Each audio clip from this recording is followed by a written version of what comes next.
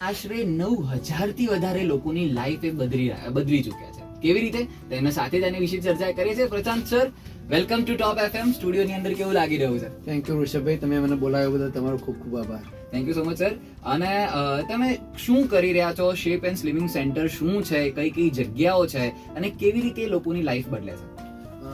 Basically અમારું કામ છે વેટ લોસનું. અમે વેટ લોસ અને એસ્થેટિક ટ્રીટમેન્ટ સાથે સંકળાયેલા છીએ. હિંમતનગર, વિજાપુર છે, એમાં હાલ અમે રિસન્ટમાં અહીંયા મહેસાણામાં ઓપન કર્યું છે, મોડાસામાં છે, વિસનગરમાં છે, અને આઉટ ઓફ ઇન્ડિયાની વાત કરું તો અમારું એક સેન્ટર મેલબોર્નમાં બી ચાલી રહ્યું છે. એટલે ઇન્ટરનેશનલી આ બ્રાન્ડ આગળ વધી રહી છે. હા, અમે અત્યારે રીતે મેક્સિમમ જગ્યાએ નવા સેન્ટર કરવાના પ્લાન બી કરી રહ્યા છીએ, અને એસ્થેટિક ક્લિનિક અને વેટ લોસ કરીને લોકોની અંદર મેક્સિમમ હેલ્થ અવેરનેસ લાવવાનો અમારો એમ છે ને ધ્યેય છે, અને એ રીતે અમે આખું કામ કરી રહ્યા છીએ. ઓકે સર, મેઇનલી જ્યારે વેટ લોસની વાત આવે ને એટલે લોકો જતા હોય છે એક્સરસાઇઝ તરફ, બરાબર? ને જ્યારે જીમ જોઈન કરીએ એટલે એવું આવે કે ભાઈ તમે પ્રોટીન લઈ લો અથવા આમ કરી લો તેમ કરી લો, અને એમાંથી અમુક લોકોને ચલો 50% લોકોને રિઝલ્ટ મળે છે, 50% લોકોને નહીં મળતા. What makes your centre different from other things? સરસ પ્રશ્ન પૂછ્યો સાહેબ. આમાં કેવું છે ઋષભભાઈ, વેટ લોસ અને scientifically weight loss both are little different. અમે આખું કરીએ છીએ તો અમારું અલ્ટિમેટ એમ છે કે તમારું સાયન્ટિફિકલી વેટ લોસ થવું જોઈએ. જીમ ઇઝ ગુડ, હું એનો જીમનો વિરોધી નથી, જીમથી બી ઘણા લોકો કામ કરી રહ્યા છે, પણ અમારો અલ્ટિમેટ ફોકસ છે કે તમારી રિક્વાયરમેન્ટ શું છે.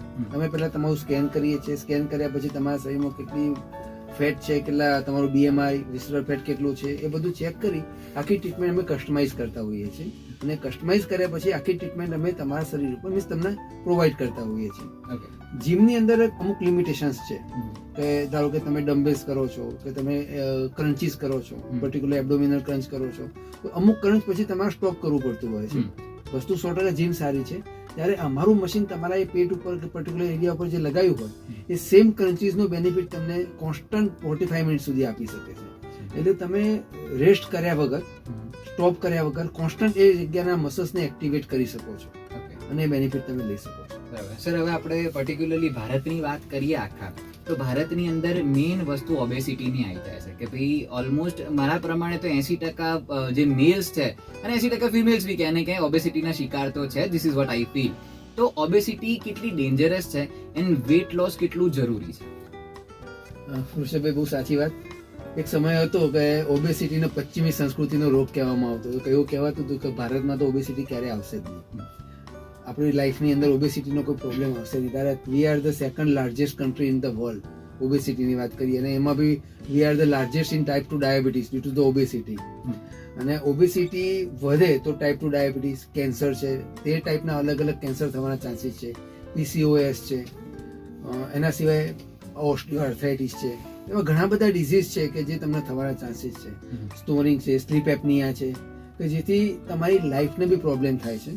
અને અત્યારે નવી જે એક રિસર્ચની વાત કરું તો નાના બાળકોની અંદર બી લીવરની અંદર ફેટ તમને જોવા મળે છે. એને જે લીવર છે એને ફેટી લીવર કહેવાય, અને એ ફેટી લીવરના લીધે એમની ફ્યુચર ખૂબ જ ડેન્જર કહી શકાય. એમ કહી શકાય કે ભવિષ્યમાં એમને લીવર ટ્રાન્સપ્લાન્ટની બી જરૂર પડી શકે છે.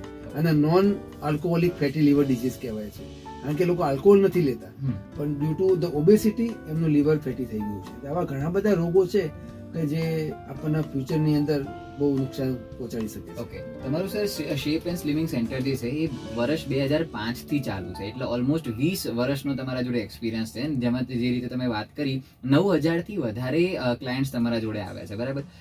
વાત એવી છે કે આની અંદર જે ક્લાયન્ટ્સને સેટિસ્ફેક્શન મળે છે, ક્લાયન્ટ્સની જે રિક્વાયરમેન્ટ હોય છે, તમે એના ઉપર ફોકસ કરો છો કે પછી તમે એ લોકોને ગાઈડ કરો છો કે ભાઈ તમારી બોડી પાર્ટ પ્રમાણે, તમારા બોડી સ્ટ્રક્ચર પ્રમાણે તમારે આટલું વેટ હોવું જોઈએ, અને પછી તમે એના ઉપર વર્ક કરો છો?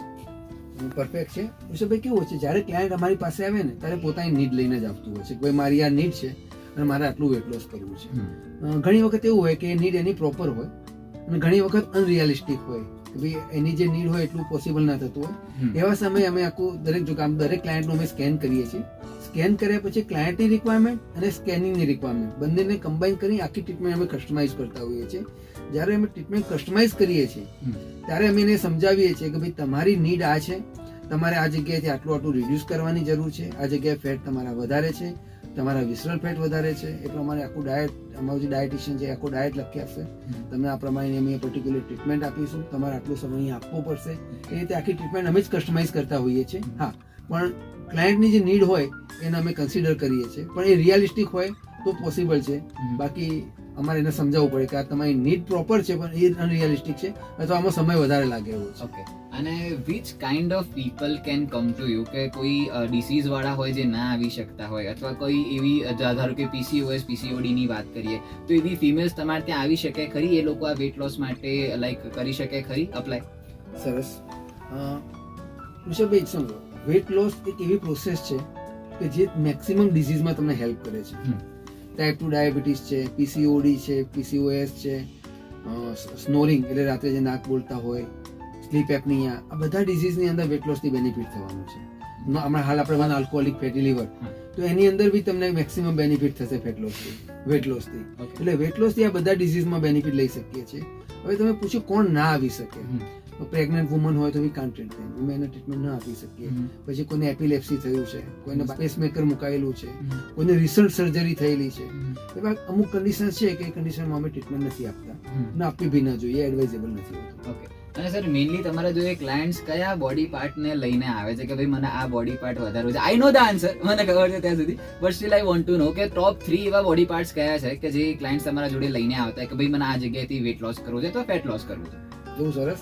મેક્સિમમ તો બધા પેટનો ભાગ સૌથી વધારે હોય, પણ ફિમેલની અંદર પેર શેપ વધારે હોય, એટલે એનો નીચેનો ભાગ જે હોય થાઇઝની આજુબાજુનો, હિપ્સની આજુબાજુનો એ ભાગ વધારે હોય છે. એટલે દરેક ક્લાયન્ટની રિક્વાયરમેન્ટ તો થોડી અલગ અલગ રહે. હા, પણ હિપ્સનો ભાગ, એબ્ડોમિનલ એરિયા, થાઇઝ, આર્મ્સ એવા ભાગની રિક્વાયરમેન્ટ લોકોની સૌથી વધારે હોય છે. તો હવે આની અંદર તમારા અકોર્ડિંગ શું હોઈ શકે છે કે જેના કારણે પેટની અંદર આપણને ચરબી વધારે પડતી જોવા મળે છે તો થાઇઝમાં વધારે હોય છે? ડિસીઝ હોય તો એને આપણે સાઈડમાં રાખીએ છીએ, બટ નોર્મલ કોઈ વ્યક્તિ હોય જેની લાઈફસ્ટાઈલ નોર્મલ છે, જેને કોઈ ડિસીઝ છે નહીં, તો એ વ્યક્તિના લાઈક શરીરના અંદર કેમ ફેટ ભેગું થતું હોય છે?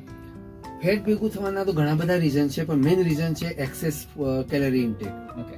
તમારી બોડીની રિક્વાયરમેન્ટ હોય તો એનાથી તમે વધારે લો તો તમારું શરીર વધવાનું તમને. હવે તમે જે કીધું અમુક લોકોનો ભાગ વધતો કેમ હોય છે, કે મેલ હોય તો એની પેટર્ન આખી અલગ હોય છે, એને એબ્ડોમિનલ ઓબેસિટી એ લોકોની વધારે હોય છે, એને એપલ શેપ આપણે કહીએ છીએ, એને એન્ડ્રોઇડ બોડી કહેવાય. બરાબર. તો એ લોકો જ્યારે મેલ ફૂડ ઇન્ટેક વધારે લે છે તો એ જીનેટિકલી બોડીનું કન્સ્ટ્રક્શન એ રીતે થયેલું હોય છે કે એના એબ્ડોમિનલ એરિયાની અંદર એ એક્સેસ કેલરી વધારે સ્ટોર થતી હોય છે. જ્યારે ફિમેલને ગાયનોઇડ બોડી કહેવાય, આપણે પેર શેપ કહીએ, અને એ લોકોનું બોડીનું બંધારણ એવું હોય છે કે એના લીધે એમના પર્ટિક્યુલર હિપ્સના એરિયામાં ફેટ લોસ વધારે જોવા મળે છે. પણ એવું જરૂરી નથી કે મેલ હોય તો એને એન્ડ્રોઇડ જ હોય. એ ઘણી વખત મેલ એન્ડ્રોઇડ અને ગાયનોઇડ બંને બી હોઈ શકે. મેલની અંદર બી ઘણી વખત હિપ્સનો એરિયા વધારે જોવા મળે છે, ફિમેલની અંદર બી એબ્ડોમિનલ ઓબેસિટી વધારે જોવા મળે છે. ઘણી વખત બંને વસ્તુ અંદર જોવા મળે છે. અલગ અલગ બોડી ટાઈપ હોય, પેર શેપ છે, એપલ શેપ છે, બનાના છે, ટ્રાયેંગલ છે, આ બધા અલગ અલગ જે શેપ હોય એ બોડીના કન્સ્ટ્રક્શન ઉપર અને હોર્મોન્સ ઉપર આધારિત રાખતા હોય છે. અને લાઈક બેસિક જે ડેલી લાઈફ હોય એના ઉપર બી આધાર રાખતું હોય કે લોકો કેવી રીતે એમની લાઈફ જીવે છે. સ્ટ્રેસ એક તો હાલ કદાચથી મોટો એક પ્રશ્ન ઉભો થઈ જાય. હવે આનંદરી મારો પ્રશ્ન એ આવ્યો હતો કે શેપ એન્ડ લિવિંગ સેન્ટર છે, એની અંદર ડાયટ લોકોએ ફોલો કરવું પડે?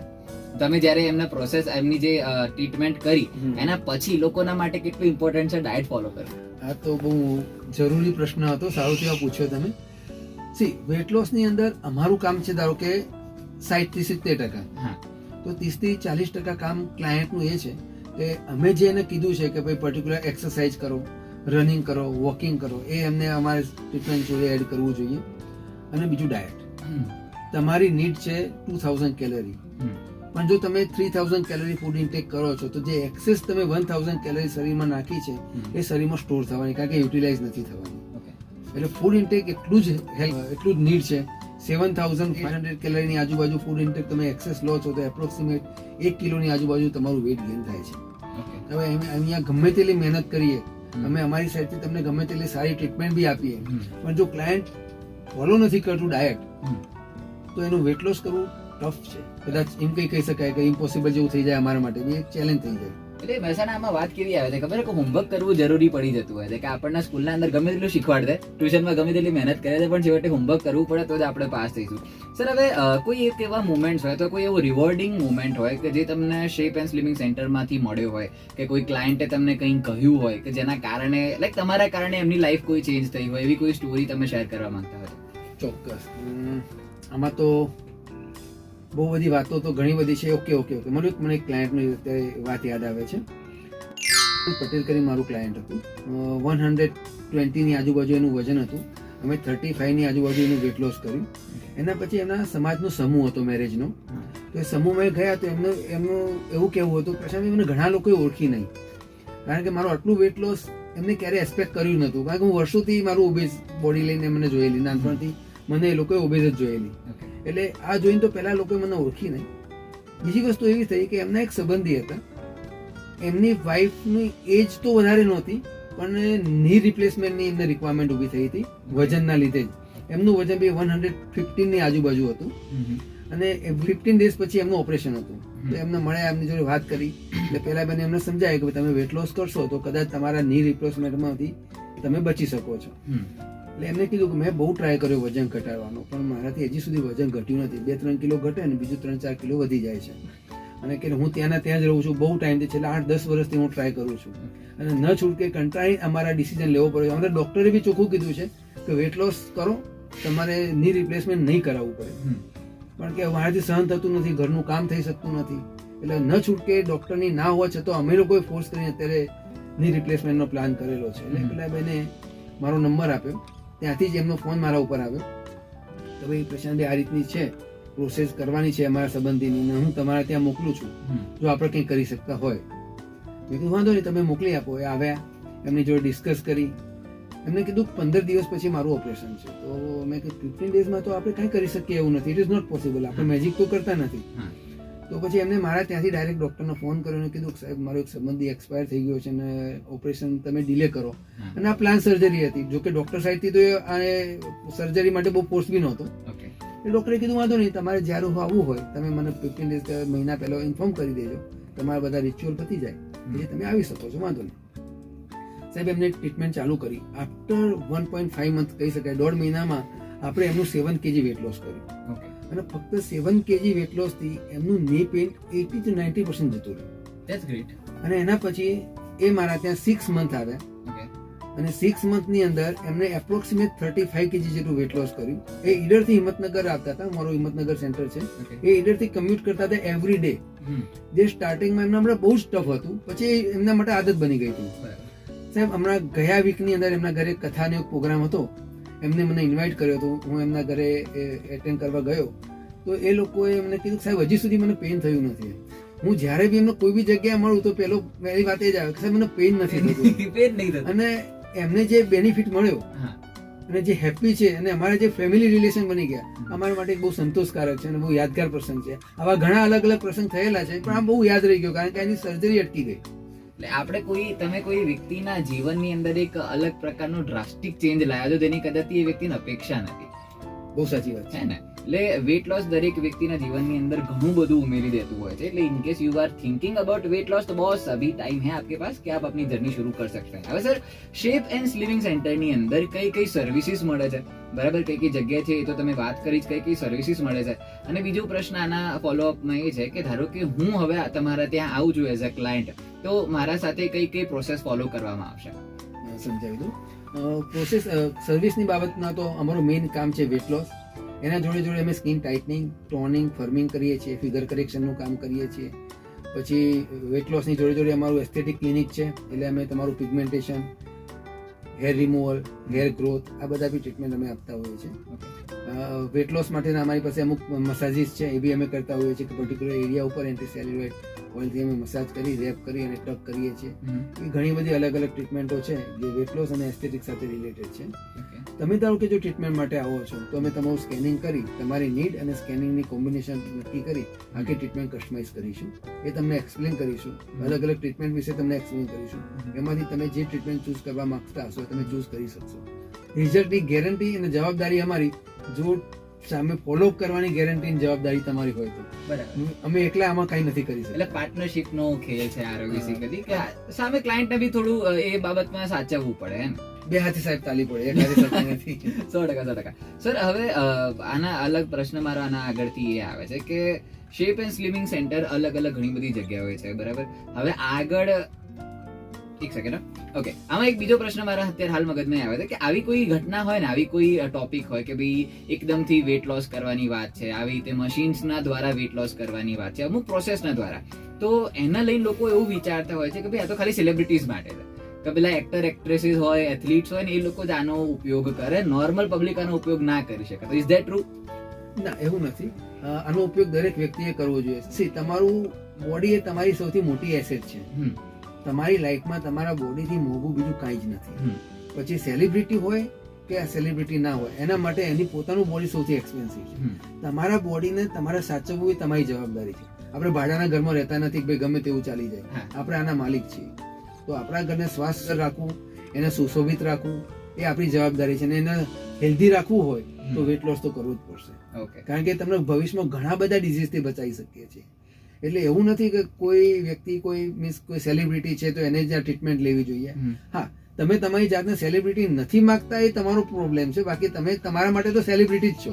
ખરી વાત છે. બરાબર. એટલે તમારે વેટ લોસ તમારા માટે કરવું જ જોઈએ. બરાબર. સર, હવે હજી એક પ્રશ્ન છે. શેપ એન્ડ સ્લિમિંગ સેન્ટર તમે શરૂ કેમ કરેલું? What was your motive behind this? કે આ લોકોની લાઈફ બદલવી છે, કોઈ બીજો પર્સપેક્ટિવ હતો, શું હતો? ના, અમારો એમ હતો કે સમાજની અંદર હેલ્ધી રહેવું અને પબ્લિક હેલ્ધી હોય એ વધારે સારું. અમે લોકો જયારે વેટ લોસ સેન્ટર ચાલુ કર્યું ત્યારે ઘણા લોકો એવું કહેવા વાળા હતા કે પ્રશાંતભાઈ વજન ઘટાડવું તો બહુ ઈઝી છે, અને લોકો વજન ઘટાડવાને બહુ લાઇટલી લેતા હોય છે કે ભાઈ તમારે ત્યાં વજન ઘટાડવા માટે કોઈ આવશે નહીં. પણ જેમ જેમ સમય જતો ગયો લોકોને ખબર પડવા માંડી કે સારું બહુ ટાઈમથી ટ્રાય કરીએ છીએ, પણ વજન ઘટાડવું એટલું ઈઝી બી નથી. અને એ બી સાયન્ટિફિકલ એપ્રોચ સાથે વજન ઘટાડવું જે સૌથી ઇમ્પોર્ટન્ટ છે એ લોકોને ખબર હોતી નહીં. એટલે અમે લોકોની અંદર અવેરનેસ લાયા. અમે લોકોને સમજાવ્યું કે વજનથી શું શું તકલીફો થતી હોય છે અને કેમ ઘટાડવું જોઈએ. એનાથી થતા ડિઝીઝની અમે લોકોને માહિતી આપીએ છીએ. અને અમારો અલ્ટિમેટ એમ એ છે કે મેક્સિમમ લોકો હેલ્ધી અને વેલ્ધી રહે. ઓકે, વન મોર થિંગ કે શેપ એન્ડ સ્લિમિંગ સેન્ટરની અંદર ધારો કે હું કોઈ ટ્રીટમેન્ટ લઉં છું, મને કોઈ સાઇડ ઇફેક્ટ થશે? બહુ સરસ પ્રશ્ન પૂછ્યો. આની અંદર અમે કોઈ તમને મેડિસિન નથી આપતા. અમારી ટ્રીટમેન્ટમાં ઇન્જેક્શન, દવા, કોઈ મેડિસિન કે કોઈ કેમિકલ કે એવી કોઈ વસ્તુ આપવામાં નથી આવતી કે જેની કોઈ સાઇડ ઇફેક્ટ થાય. અમારું મશીન જે ટ્રીટમેન્ટ આપે છે પર્ટિક્યુલર એરિયાના મસલ્સનું કોન્ટ્રેક્શન રિલેક્સેશન કરી પર્ટિક્યુલર એરિયાના મસલ્સનો ગ્રોથ કરે છે. ત્યાં ડિપોઝિટ થયેલા ફેટ સેલને તોડવાનું અને યુટિલાઇઝ કરવાનું કામ કરે છે. બધી અલગ અલગ ટ્રીટમેન્ટથી અલગ અલગ રિઝલ્ટ લઈએ છીએ, પણ આની કોઈ સાઇડ ઇફેક્ટ નથી. હા, ઇફેક્ટ દરેક વ્યક્તિને અલગ અલગ હોય છે. એવું બને કે એક વ્યક્તિને ટ્રીટમેન્ટ આપ્યું એનું મહિનાનું 5 કિલો ઉતરી ગયું, બીજાનું 4 કિલો ઉતર્યું, કોઈનું 8 કિલો ઉતર્યું. રિઝલ્ટ ડિફરન્ટ હોઈ શકે છે. બોડી મેટ્રિક્સ ઉપર ડિપેન્ડ કરે છે બેસિકલી કયા વ્યક્તિનું બોડી કેવું છે, હે ને? હજી એક પ્રશ્ન, બજેટ ફ્રેન્ડલી છે? હા, it is budget friendly. Okay, and anything you want to say to the people of Mehsana? તમારા થકી મહેસાણાની જનતાને કોઈ પણ તમારે મેસેજ પહોંચાડવો હોય અત્યારે હાલ તો પ્લીઝ ગો હેડ. ચોક્કસ સાહેબ. સી, વજન વધારે હોવું અને શરીરને નુકસાન પહોંચાડતા વજનથી દૂર રહેવું જરૂરી છે. મેં હમણાં હાલ કીધું કે આપણે આપણા શરીરના માલિક છે અને આપણું શરીર ભાડાનું નથી. એટલે આપણા શરીરને સ્વસ્થ રાખવાની જવાબદારી આપણી છે.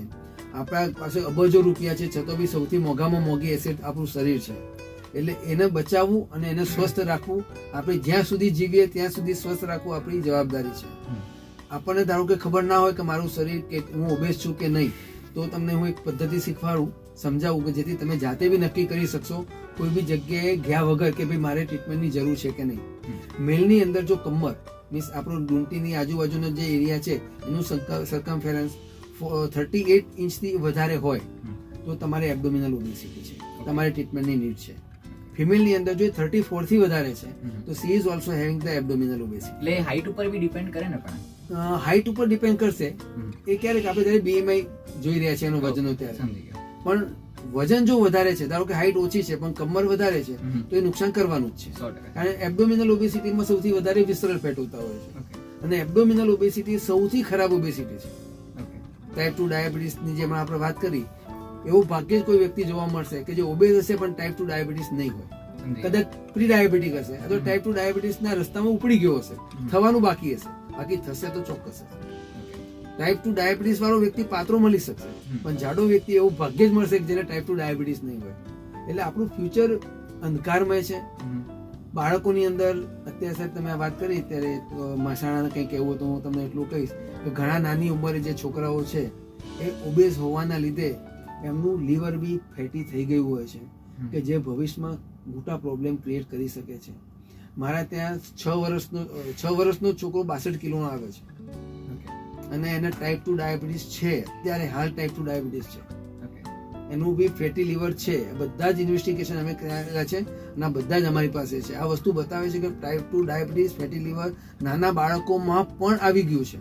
એટલે આનાથી બચવા માટે આપણી પાસે એક જ રસ્તો છે, વજન ઘટાડો, હેલ્ધી ખાઓ, સુખી રહો, લાંબો જીવો.